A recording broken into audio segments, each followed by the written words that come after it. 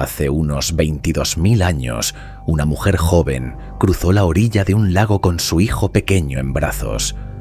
En algunos tramos lo bajaba y el niño caminaba a su lado, dando pasitos cortos.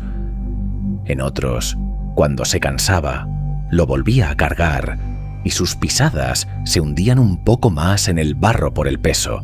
No fue una gesta, no fue una batalla, fue el gesto más cotidiano del mundo. Una madre llevando a su hijo. Y sin embargo, esas huellas, las de ella y las de ese niño, están hoy demoliendo, en silencio, una de las ideas más firmes que teníamos sobre nuestra propia historia. Porque durante casi un siglo, la ciencia estuvo convencida de saber cuándo llegó el ser humano a América. Y esas pisadas en el barro dicen que estábamos equivocados por miles de años. Soy la voz de Enigmarium. Y hoy abrimos el enigma de unas huellas que no deberían existir. Estamos en el Parque Nacional de White Sands, en Nuevo México, Estados Unidos. Un lugar irreal, un desierto de dunas blancas hechas no de arena, sino de yeso. Kilómetros de un blanco cegador donde hoy casi nada crece. Pero hace 22.000 años, esto no era un desierto. Era la orilla de un enorme lago de la edad de hielo, un lago que los geólogos llaman Otero. Una llanura húmeda, de barro fino, donde bebían animales y caminaba la gente. Y ese barro hizo algo extraordinario. Capturó las pisadas, una por una, y luego se secó y se selló bajo capas de sedimento. Miles de años después, la erosión las ha vuelto a sacar a la luz. Huellas que aparecen y desaparecen según la humedad del suelo, como si el pasado asomara y volviera a esconderse. De hecho, los guardas del parque las llaman huellas fantasma. Solo se ven cuando la humedad de la tierra es la justa y se desvanecen cuando cambia. Hay que fotografiarlas deprisa, antes de que el desierto vuelva a tragárselas.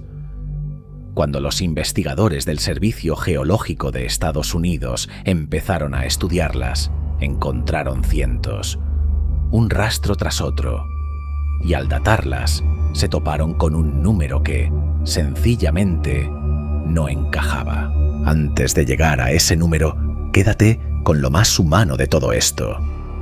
Porque estas huellas no son estadística, son personas.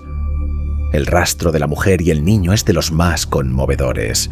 Los científicos pudieron reconstruir la escena casi paso a paso. Ella avanza deprisa, con una zancada larga. El niño aparece a ratos, con sus pisadas diminutas, y a ratos se esfuma, porque ella vuelve a levantarlo. Se sabe por la profundidad. Cuando lo carga, sus huellas se hunden más. Es un abrazo de hace 22.000 años escrito en el suelo.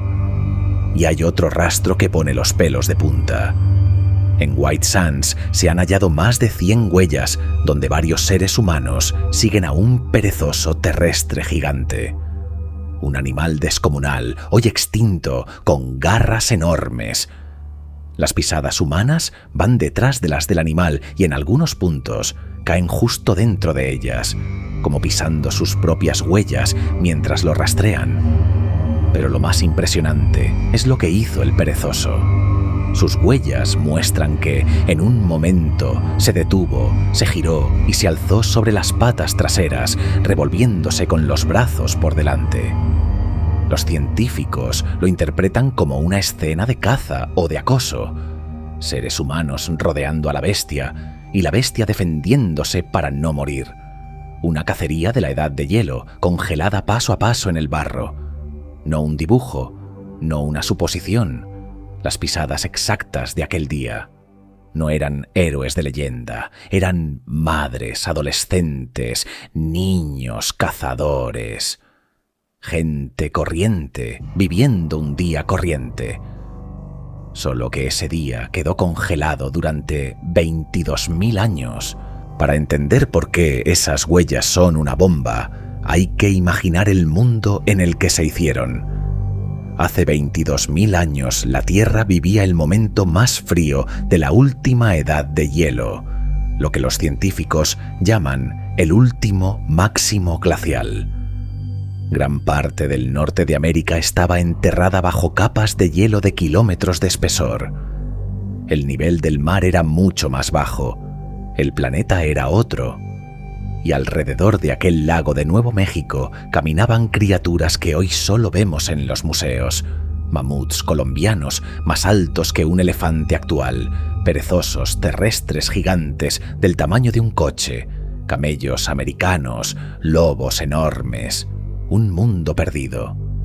Imagina el escenario, una llanura fría, un lago inmenso reflejando un cielo pálido, manadas de mamuts levantando polvo a lo lejos, y el silencio roto solo por el viento. No había ciudades, ni agricultura, ni metal, solo pequeños grupos de personas moviéndose, sobreviviendo, en un continente que la ciencia daba por vacío de seres humanos en aquella época. En medio de ese mundo, un puñado de seres humanos ya estaba allí, cazando, cargando a sus hijos, dejando huellas. Y esa simple frase, ya estaban allí, es la que hace temblar los libros de historia, porque, según todo lo que creíamos saber, era imposible que estuvieran allí tan pronto. Durante décadas hubo una respuesta oficial a la pregunta de cuándo llegó el ser humano a América. Una respuesta que se enseñaba en las universidades casi como un dogma. Se la conoce como el modelo Clovis I. La idea era esta. Los primeros americanos habrían llegado desde Asia, cruzando por el estrecho de Bering cuando el mar bajo estaba seco, y después habrían bajado hacia el sur por un estrecho corredor libre de hielo que se abría entre dos grandes glaciares. ¿Cuándo? Hace unos 13.000 años, ni antes. Los cazadores de la llamada cultura Clovis eran, según esto, los pioneros, los primeros. 13.000 años. Ese era el techo. Esa era la línea que casi nadie se atrevía a cruzar, porque quien afirmaba tener pruebas de una presencia más antigua solía acabar desacreditado. Y no es una forma de hablar. Durante décadas, cualquier arqueólogo que decía haber encontrado rastros humanos anteriores a Clovis se topaba con un muro. Le exigían pruebas casi imposibles, le desmontaban las fechas una a una y muchas veces su reputación pagaba el precio. El Clovis I no era solo una teoría, era una frontera que daba miedo cruzar. Y entonces llegaron las huellas de White Sands con una fecha que no era de 13.000 años, ni de 14, ni de 15. Cuando el equipo del Servicio Geológico de Estados Unidos publicó sus resultados en la revista Science en 2021, el número dejó a medio mundo sin palabras. Las huellas tenían entre 21 y 23.000 años. Haz la cuenta. Eso es casi 10.000 años antes de los famosos cazadores Clovis. 10.000 años. No es un matiz, no es afinar una fecha, es tirar abajo la pared entera. Y aquí está lo que lo vuelve un enigma de verdad. Hace 22.000 años, en pleno último máximo glacial, aquel corredor libre de hielo por el que supuestamente bajaron los primeros americanos, todavía no existía. Estaba sellado por el hielo. Entonces, si esta gente ya estaba en el corazón de Nuevo México, la pregunta es inevitable. ¿Cómo llegaron hasta ahí? ¿Por dónde entraron miles de años antes de que se abriera la única puerta que creíamos posible? Esa pregunta sigue, a día de hoy, sin una respuesta cerrada. Como te imaginarás, un descubrimiento así no se acepta sin pelea, y menos cuando contradice lo que se ha enseñado durante generaciones. La ciencia, cuando funciona bien, es desconfiada. Así que llegaron las críticas. El punto débil, decían los escépticos, estaba en cómo se había calculado la edad. Para datar las huellas, el equipo había usado radiocarbono sobre las semillas de una planta acuática que crecía en aquel lago. ¿El problema?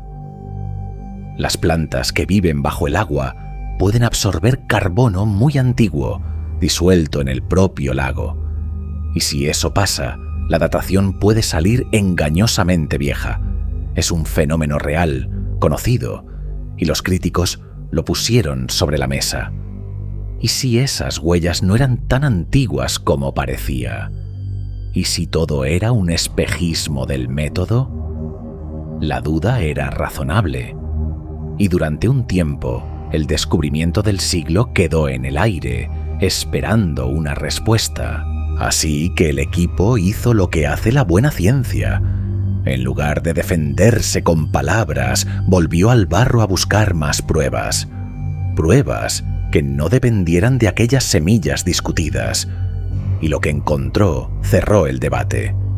Primero, dataron polen, pero no de una planta acuática, sino de coníferas, árboles de tierra firme que no absorben ese carbono antiguo del agua. Reunieron decenas de miles de granos de polen por muestra y los analizaron. Resultado, la misma edad. Segundo, usaron una técnica completamente distinta que no mide carbono, sino luz, la luminiscencia. Permite calcular cuánto tiempo lleva enterrado un grano de cuarzo sin ver la luz del sol. Resultado, coherente otra vez. Más de 21.000 años. Y por si quedaba alguna duda, años después, otro equipo dató un tercer material distinto, el lodo del antiguo lago. Misma respuesta, más de 20.000 años. 3 métodos independientes, 3 materiales distintos, una sola conclusión. Las huellas eran, de verdad, tan antiguas como parecían. Y hay algo que las vuelve especialmente difíciles de discutir. Una herramienta de piedra puede moverse con el tiempo, colarse en una capa que no le corresponde y engañar a los arqueólogos sobre su edad. Una huella, no. Una huella se imprime en un lugar y en un instante, y ahí se queda. No se puede recolocar ni falsificar. Por eso, cuando las huellas hablan, es muy difícil no creerles. El enigma ya no era si eran reales. El enigma pasó a ser otro, mucho más grande. Aceptada la fecha, queda la pregunta más difícil de todas. Si el corredor de hielo estaba cerrado, ¿por dónde entraron? La hipótesis que hoy gana fuerza es la de la ruta costera, a veces llamada la autopista de las algas. La idea es que los primeros americanos no bajaron por el centro del continente, por tierra, sino bordeando la costa del Pacífico. Mientras el interior era un muro de hielo infranqueable, la orilla del mar ofrecía algo valiosísimo: bosques de algas, peces, mariscos, focas, comida constante, de bahía en bahía, kilómetro a kilómetro, quizá en barcas sencillas, mucho antes de lo que nadie imaginaba. Y aquí está lo frustrante. Esa ruta apenas deja rastro, porque aquellas costas de la edad de hielo están, hoy, bajo el mar. Cuando el hielo se derritió, el nivel del agua subió decenas de metros y tapó los lugares donde aquella gente pudo dormir, comer y enterrar a los suyos. Buscar esas pruebas hoy es bucear bajo el océano. Por eso, las huellas de White Sands, tierra adentro y a salvo del agua, valen su peso en oro. Son de las poquísimas pistas que el mar no se ha tragado. Y así llegamos a lo que de verdad está en juego. Si había seres humanos en el centro de Norteamérica hace 22.000 años, mucho antes de que se abriera el corredor de hielo, entonces la historia de cómo llegamos a América hay que reescribirla casi entera. Quizá hubo varias oleadas, varias entradas, pueblos enteros que llegaron, caminaron y desaparecieron sin dejar más rastro que unas pisadas. No lo sabemos con certeza. Y esa incertidumbre, lejos de ser un fracaso, es lo más fascinante de todo. Lo que sí sabemos es esto. Hace 22.000 años, Una mujer cargó a su hijo por la orilla de un lago, unos cazadores persiguieron a un perezoso gigante y el barro lo guardó todo. No dejaron pirámides, ni escritura, ni tumbas. Dejaron algo más íntimo, el instante exacto de un día cualquiera. Y ese instante ha bastado para cambiar lo que creíamos saber sobre nosotros mismos. La ciencia ya respondió al cuándo. El cómo sigue enterrado en algún lugar, esperando. Y mientras siga ahí fuera, seguiremos desenterrándolo. Soy la voz de Enigmarium. Si te gusta mirar el pasado a los ojos y hacerle preguntas incómodas, suscríbete. Cada jueves abrimos un enigma nuevo. Nos vemos en el próximo.